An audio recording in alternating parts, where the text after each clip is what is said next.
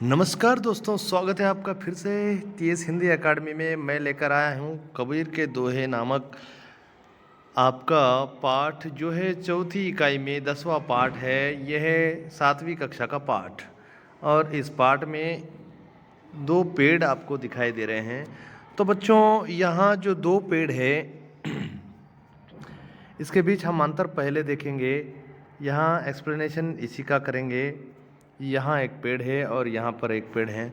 तो इस पेड़ों में ये पेड़ जो है आपको सामने दिखाई दे रहा है, ये इतना चौड़ा है और इतना फलदार है, हरा भरा है, ये छांव दे सकता है। ये जो पेड़ आप देख रहे हैं ये फलदार भी नहीं है और फल लगेंगे तो भी इतना ऊंचा है कि वहाँ कोई तोड़ने नहीं पहुँच सकता और इसकी छाया नीचे नहीं आ सकती है। तो कोई पंथी राह से जाने वाला थक गया तो इसके नीचे बैठ भी नहीं सकता है दोस्तों। सो ये बात है। तो इसलिए मैं बता रहा हूँ आपको कि इसमें अंतर यही है कि दोनों पेड़ों में से यह पेड़ इतना काम का नहीं है और आम का पेड़ बहुत ही काम का है। सो देखिए, यहाँ कोई बैठ गया तो इसकी छाँव का भी आनंद ले सकता है, इसके पीले मीठे फल भी खा सकता है, हरे भरे पेड़ के नीचे छाँव का आनंद भी ले सकता है कोई यहाँ बैठ गया तो। लेकिन ऐसा इस पेड़ के पास तो नहीं होगा। जो आपको दिखाई दे रहा है इस पेड़ के पास तो नहीं होगा। क्यों? क्योंकि ये लंबा है और आगे चलकर देखते हैं कि क्या कविता में आपको मिलता है। तो यहाँ प्रश्न आपको पूछे जाते हैं, चित्र में क्या क्या दिखाई दे रहा है? तो पेड़ दिखाई दे रहे हैं। दोनों पेड़ों में क्या अंतर है मैंने बता दिया है आपको। ये यही पूछा जाता है पहले पहल। और इसके बाद यहाँ कबीरदास का चित्र आया है। कबीरदास जो है ये संत कवि है दोस्तों। कबीरदास भक्ति शाखा के ज्ञानाश्रयी, कबीरदास भक्ति शाखा के ज्ञानाश्रयी शाखा के संत कवि हैं और वे समाज सुधारक हैं, समाज सुधारक थे। उनके दोहे बीजक में हैं। कबीरदास के दोहे बीजक में हैं। बीजक इनका एक ग्रंथ है, परंतु बीजक जो है इसके लिए इन्होंने कोई रचना बनाई नहीं है। इनके जो शिष्य थे धर्मदास थे, धर्मदास के द्वारा लिखा गया यह ग्रंथ ही बीजक है। और बीजक लिखने के लिए धर्मदास ने कबीरदास की कही हर दोहे को अपने बीजक में लिखा है। सो इसे बीजक ग्रंथ को ही कबीरदास का बीजक ग्रंथ कहा जाता है। सदुक्कड़ी भाषा है इनकी। सदुक्कड़ी भाषा मतलब देखिए, ये पंचमेल खिचड़ी भी कहा जाता है इसको। तो 5 भाषाओं का मेल होता है इसमें और इनके दोहों में मानवता का जो है, मानवता की जो है भावना मिलती है। अब देखें, दोहे में देखते हैं। काल करे सो आज कर, आज करे सो अब, काल करे सो आज कर, आज करे सो अब, पल में पर ले होएगो, बहुरी करेगो कब।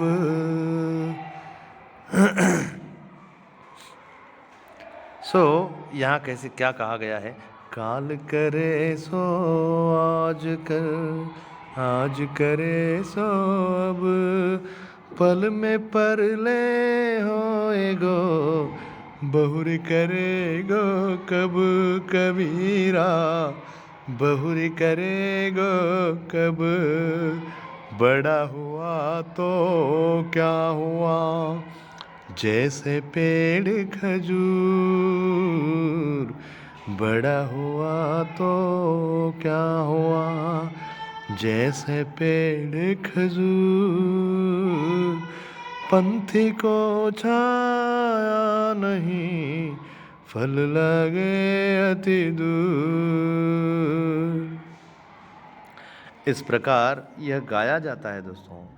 तो यहाँ कबीरदास जी कहते हैं कि काल करे सो आज कर, काल करे सो आज कर, आज करे सो अब कर। क्यों? क्योंकि किस पल कितना प्रलय हो सकता है, क्या खराबा हो सकता है, जीवन उथल पुथल जीवन में हो सकता है। इसलिए किस पल क्या हो सकता है हमें पता नहीं है। इसलिए बहुरी करेगा कब, यानी अपने कार्य को आरंभ करेगा कब। जीवन में प्रलय तो कभी भी आ सकता है, पर हमारे समय को हम व्यर्थ ना करके अपने समय पर अपना कार्य कर लें तो कितना अच्छा होता है। यह कार्य के लिए विलंब नहीं करना चाहिए, इसका निष्कर्ष इस कविता से आपको प्राप्त होता है। और यहाँ कबीरदास जी कहते हैं, बड़ा हुआ तो क्या हुआ जैसे पेड़ खजूर। क्या कहते हैं? बड़ा हुआ तो क्या हुआ जैसे पेड़ खजूर, पंथी को छाया नहीं फल लागे अति दूर।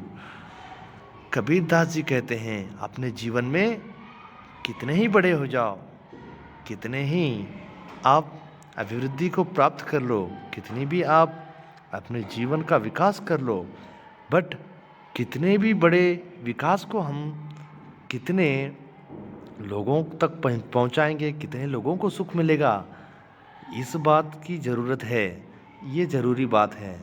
तो कहते हैं बड़ा हुआ तो क्या हुआ जैसे पेड़ खजूर। खजूर का पेड़ तो बहुत लंबा होता है, परंतु किसी को छाया नहीं मिलती है। खजूर के पेड़ जितना लंबा उतना ऊंचा हम बनकर हमें क्या फ़ायदा होता है, या फिर हमसे परायों को क्या फ़ायदा होता है, दूसरे लोगों को क्या फ़ायदा मिलता है, अन्य लोगों को क्या फ़ायदा मिल सकता है। जिस खजूर के पेड़ से पंथी यानी राह पर जाने वाले व्यक्ति को कभी थक गए तो छाया तक नहीं मिलती है, फल खाएं तो ये भी अति दूर। लेकिन देखिए कबीरदास जी कहते हैं, अगर आपका विकास इतना ऊंचा करते हैं तो आपके साथ साथ अपनों का भी विकास होना चाहिए, नहीं तो अपना विकास जनता के काम आनी चाहिए। कैसा लगा आपको यह वीडियो? हम लेकर आते हैं हर बार नए नए वीडियो आप लोगों के लिए। कृपा करके सब्सक्राइब करें, शेयर करें, लाइक करें और कृपा करके आगे भी हमारे वीडियोस देखते रहें। तो व्यक्ति बड़ा हो जाना बड़ी बात नहीं है। इस कविता का तात्पर्य एक और बार हम समझाते हैं। हमेशा अपना काम अपने समय पर करने की निष्कर्ष इस कविता में दी गई है। और पल में प्रलय होएगा, यानी अपने जीवन में कभी भी प्रलय हो सकता है। इसलिए सकाल सही समय में ही अपने कार्य करने चाहिए। बड़ा हुआ तो क्या हुआ जैसे पेड़ खजूर, पंथी को छाया नहीं फूल लागे अति दूर। यानी देखिए पेड़ खजूर बहुत लंबा होता है, खजूर का पेड़ बहुत लंबा होता है, पर न कोई उसके फल तोड़ पाता है, ना ही कोई उसकी छाया का आनंद उठा पाता है।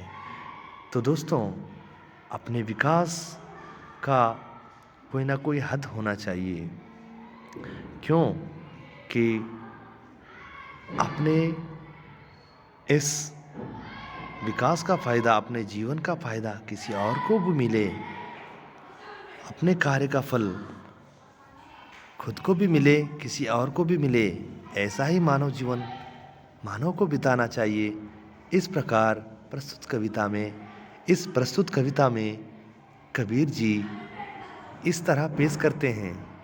और इस कविता को याद रखें, अपने जीवन में भी व्यक्ति को घमंड नहीं होना चाहिए, हर व्यक्ति को अपना मानकर अपना लेना चाहिए। धन्यवाद। आगे चलकर हम लाएंगे एक और वीडियो 7वीं का, और वीडियोस हम ला रहे हैं 10वीं कक्षा के, और ग्रामर आप लोगों के लिए स्टैंडर्ड ग्रामर, जैसे 10वीं कक्षा पास होने के लिए आपको स्टैंडर्ड ग्रामर मिल जाएगा। धन्यवाद, ये भी देखते रहें।